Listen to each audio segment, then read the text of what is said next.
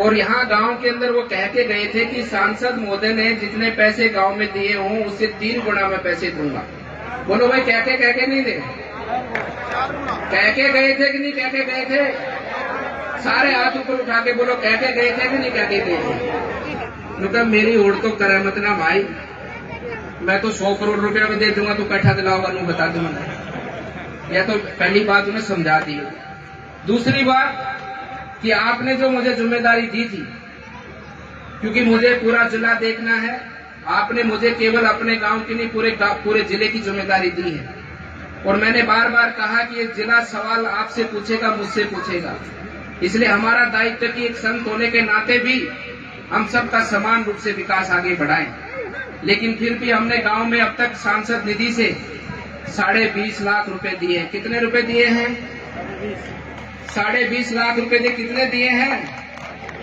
अब दूसरी बात, इसका 4 गुना कितना बनेगा? देखो हमें कोई इस बात से मतलब नहीं है, हमें अपने गांव के विकास से मतलब है। मैं अपने गांव के विकास के लिए, अपनी जन्मभूमि के विकास के लिए समर्पित हूं। चाहे कोई कैसे भी पैसा दे, तो 4 गुना कितना पैसा बना? अरे बताओ तो भाई, बाबा बताओ तो। अरे सही मेरे को सुन ही नहीं दे रहा। कितना? 82 लाख रुपया। भाई ये माड़ा पड़ी। अरे मारो सरपंच रे मामन जी कैसो, मामन जी चिट्ठी बनाओ आज ही। और 82.5 लाख का देखो, माननीय विधायक जी आप गांव में आए थे, आपने गांव में सार्वजनिक मंच पर ये घोषणा की थी कि सांसद जितना पैसा देगा उसे 4 गुना पैसा मैं दूंगा। बात हुई थी कि नहीं हुई थी? तो मैं भी गांव का मैं भी इस गांव का जन्म मेरे गांव ने मुझे दिया है। मैं भी आपके साथ में खड़ा हूंगा और ये चिट्ठी मामन जी बनाकर आज उनको भेजेंगे कि आपने ये कहा था। पूरा गांव आपका धन्यवाद और अभिनंदन करता है। आप कृपया करके सांसद जी ने जो 20.5 लाख रुपए दिए हैं उसका 4 गुना जो कि 82 लाख बनता है, हमारे गांव के विकास के लिए उसकी अनुशंसा करें। गांव सदैव आपका आभारी रहेगा। बोलेंगे कि नहीं बोलेंगे?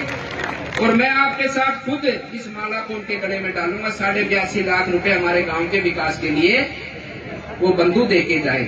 ऐसा होना चाहिए कि नहीं होना चाहिए? महाराज जी 1 मिनट, मानते हो कि नहीं मानते? देखो हमारा कोई किसी प्रकार का बात नहीं है। अरे भगवान श्री कृष्ण को भी लोगों ने नहीं छोड़ा था। शिशुपाल का नाम का व्यक्ति था, जो भगवान ने कहा कि चलो ठीक है 100 गालियां दे लो, जब तक मैं तुम्हें माफ करता रहूंगा। लेकिन जिस दिन 100 पूरी होगी उस दिन तुमको छोड़ने वाला नहीं हूं। हुआ था कि नहीं हुआ था? ये जनता छोड़ेगी नहीं। जनता का जब समय आएगा सुदर्शन चक्र उठाने का, तो अपना वोट के माध्यम से ऐसी चोट मारेंगे कि तुम्हारा पता भी नहीं लगेगा तुम कहां मिलोगे। ये जनता है। हमारा दायित्व तो बनता है जनता की सेवा के लिए समर्पित रहना, जनता के लिए कार्य करना। हम जनप्रतिनिधि बनने के बाद में एक दूसरे का हाथ पकड़कर आगे चले। जनप्रतिनिधि बनने के बाद में किसी पार्टी संगठन का नहीं होता, वो अपने पूरे देश का, पूरे प्रदेश का होता है, पूरे जिले का और पूरी विधानसभा का होता है। और साथ मिलकर आगे बढ़ना चाहिए। लेकिन जो आज सबसे शिक्षित वर्ग सबसे ज्यादा अगर राजस्थान में कहीं पाया जाता है तो अपने बहरोड के अंदर पाया जाता है। सबसे ज्यादा शिक्षा के लिए जाने जाने वाला हमारा बहरोड, सुशासन के लिए जाने जाने वाला बहरोड। इस बहरोड के अंदर किस प्रकार का वातावरण आज खड़ा हुआ है, ये हम सब के लिए चिंता का विषय है। ये हम सबको बदलना होगा। हमारे स्वार्थ होंगे किसी न किसी रूप में, लेकिन समाज की जहां पर बात आए, समाज में सामाजिक व्यवस्थाओं की जहां पर बात आए, समाज में धर्म की पालना की जहां पर बात आए, चाहे मेरा भाई क्यों ना हो, लेकिन हम समाज के हित में खड़े होंगे। ऐसा हो गया तो पुनः भगवान कृष्ण को जन्म देना पड़ेगा, पुनः इस धरती को पाप से मुक्त करना पड़ेगा।